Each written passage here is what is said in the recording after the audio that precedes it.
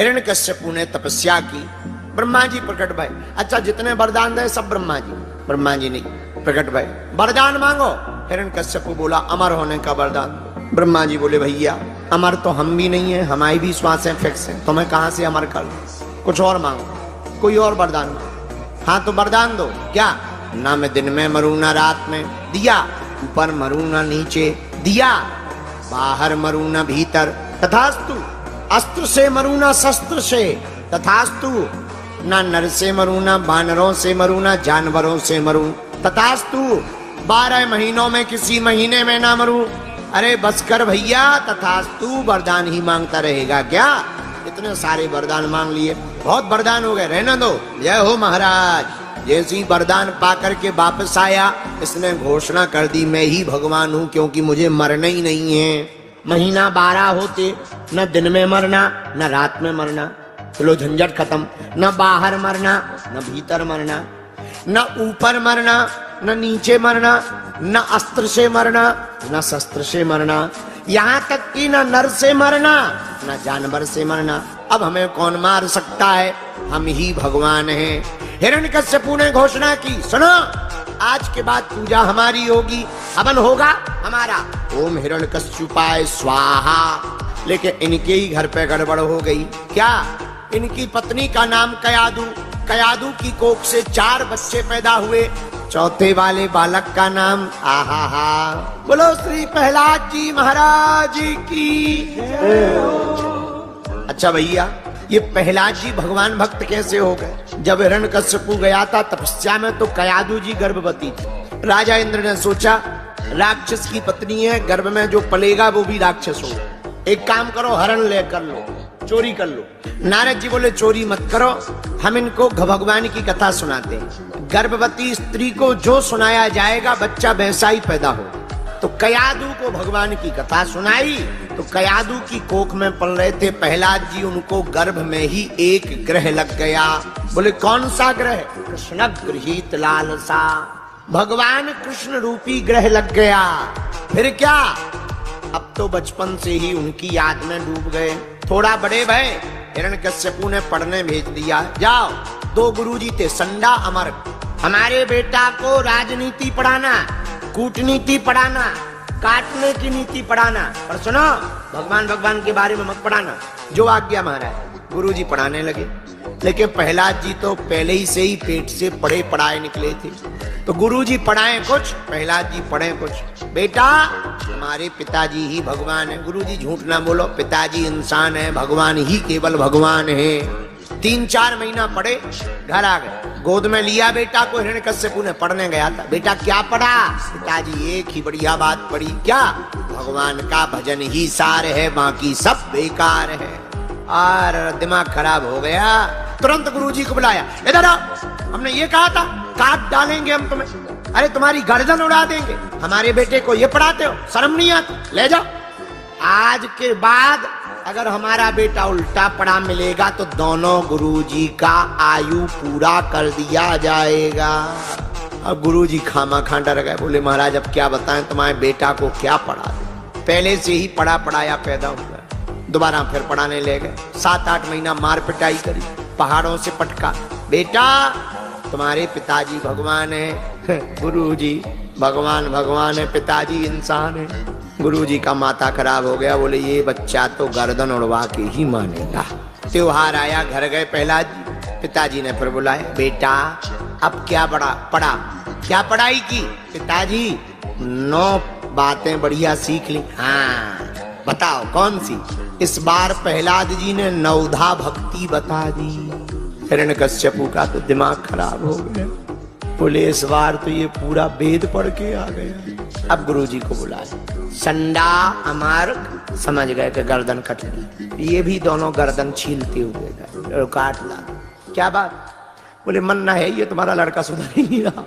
अब हमने पहाड़ से पटक लिया, सांप से कटवाने का डर दे दिया, शेर के पिंजरे में फेंक दिया, फिर भी बाहर निकल के कहता है पिताजी तो इंसान है, भगवान लो जा है हमारी गर्दन चला ही दो, इससे अच्छा मरी जाना चाहिए।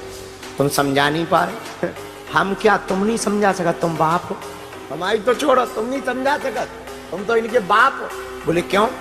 अरे बोले क्यों का कोई हर चीज का उत्तर है उसके पास, इसे सुधरना तो है नहीं, एक ना एक दिन तुम तलवार रोज दिखाई रहे, लगो हमारे भाड़ में जाएगा। तो हिरण्यकश्यप समझ गया कि मास्टरों में कोई कमी नहीं है, लड़का ही खोटा है, ले जाओ आंखों के सामने मत रखो, थोड़ा और धमकी अमकी। ले गए गुरुजी, धमकी देने लगे। गुरुजी गए मार्केट सब्जी लेने, प्रहलाद जी ने सब बच्चे बुलाए और सबको ज्ञान सिखाया। अरे मनुष्य का जन्म बड़ी मुश्किल से मिलता है, बड़े भाग्य से मनुष्य तन मिलता है, इसलिए तुम लोग एक काम करो, क्या भगवान का भजन करो। सब बच्चे जो पढ़ते थे भजन करने लगे, आज तक किया नहीं, अब प्रहलाद जी के चक्कर में सबको रंग चढ़ गए। आज हिरण्यकश्यप ने सोचा जरा विद्यालय में जाके देखें, भगवान नारायण विष्णु ने कोई गुप्तचर तो नहीं हमारे बच्चे के पीछे छोड़ दिए, हमारे बेटा का दिमाग खराब करने के लिए कोई स्पेशल क्राइम ब्रांच तो नहीं लगा दी।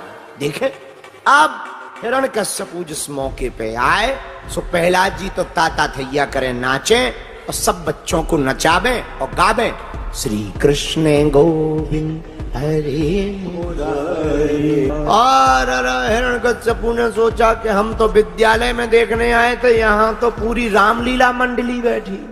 इतने में गुरुजी आ गए। गुरुजी ने एक तरफ हिरण्यकश्यप देखा, दूसरी तरफ कीर्तन देखा, बोले आज तो गर्दन गई।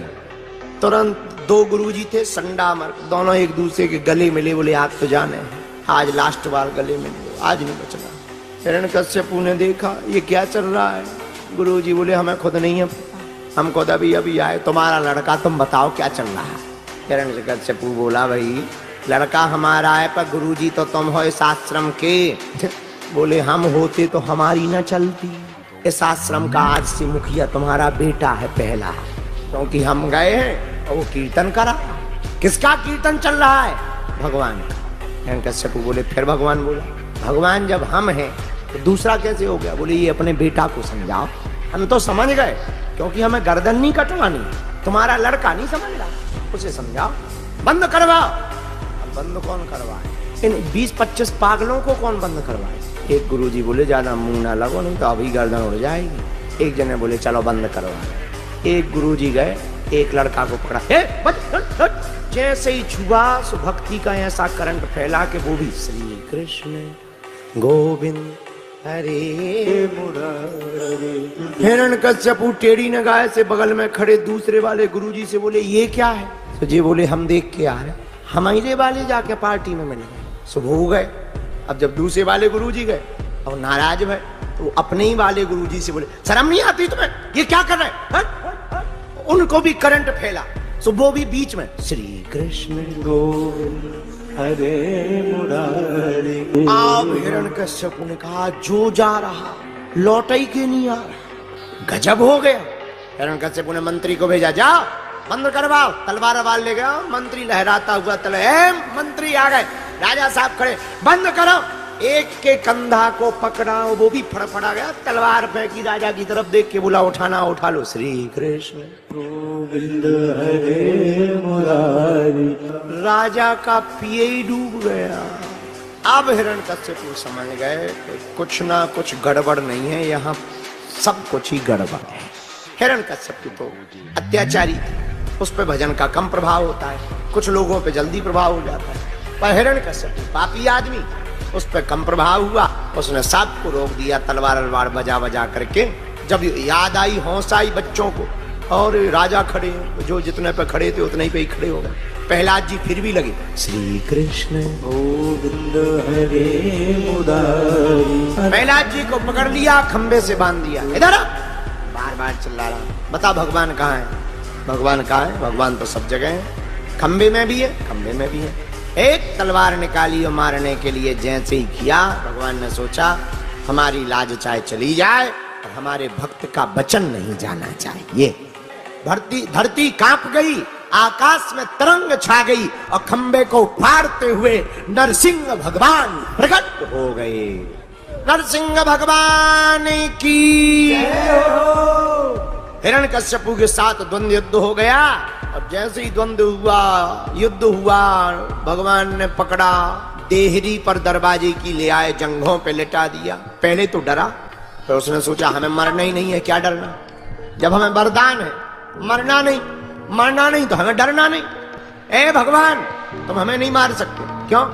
हमें वरदान है। कौन सा? ना मैं बाहर मरूंगा ना भीतर। भगवान बोले बेटा ना आउटसाइड है ना इनसाइड, बीच का बीच है, दरवाजे की देरी। फिर भी नहीं मरेंगे। क्यों? मुझे वरदान है। कौन सा? ना ऊपर मरूंगा ना नीचे। भगवान बोले ना अपर में है ना डिपर में, बीच का बीच, लिफ्ट पे जांघों पे टंगा, फिर भी नहीं मरूंगा। क्यों? वरदान है। कौन सा? ना नर से मरूंगा ना जानवर से। भगवान बोले हमारी सेटिंग देख, ऐसा मटेरियल ब्रह्मा जी की भी फैक्ट्री में नहीं है। मैं आधा नर हूं आधा सिंह हूं, इसलिए लोग कहते मुझे नरसिंह है। हिरण्यकश्यप बोला फिर भी नहीं मरेंगे। क्यों? वरदान है। क्या? ना मैं अस्त्र से मरूंगा ना शस्त्र से मरूंगा। भगवान बोले हमारे नाखून देख ले, तेरे जैसे 3-4 पार हो जाएंगे, फिर भी 2 अंगुल बाहर निकल आएंगे, हमको फिर भी नहीं मरना है। क्यों? वरदान है। कौन सा?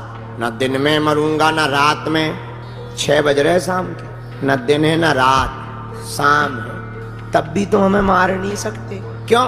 वरदान है। कौन सा? 12 महीनों में से किसी भी महीने में नहीं मरूंगा। भगवान बोले एक स्पेशल अभी अभी लॉन्च करके आए, अधिक मास का महीना, लौड़ का महीना, तुम्हारे लिए ही स्पेशल बनाया है भाई साहब। अब समझ गया कि बचना नहीं है। भगवान ने उधर में दोनों अपने हाथों की उंगलियों को डाला, हिरण्यकश्यप का वध कर दिया, प्रहलाद जी पर कृपा की। बोलो नरसिंह भगवान की।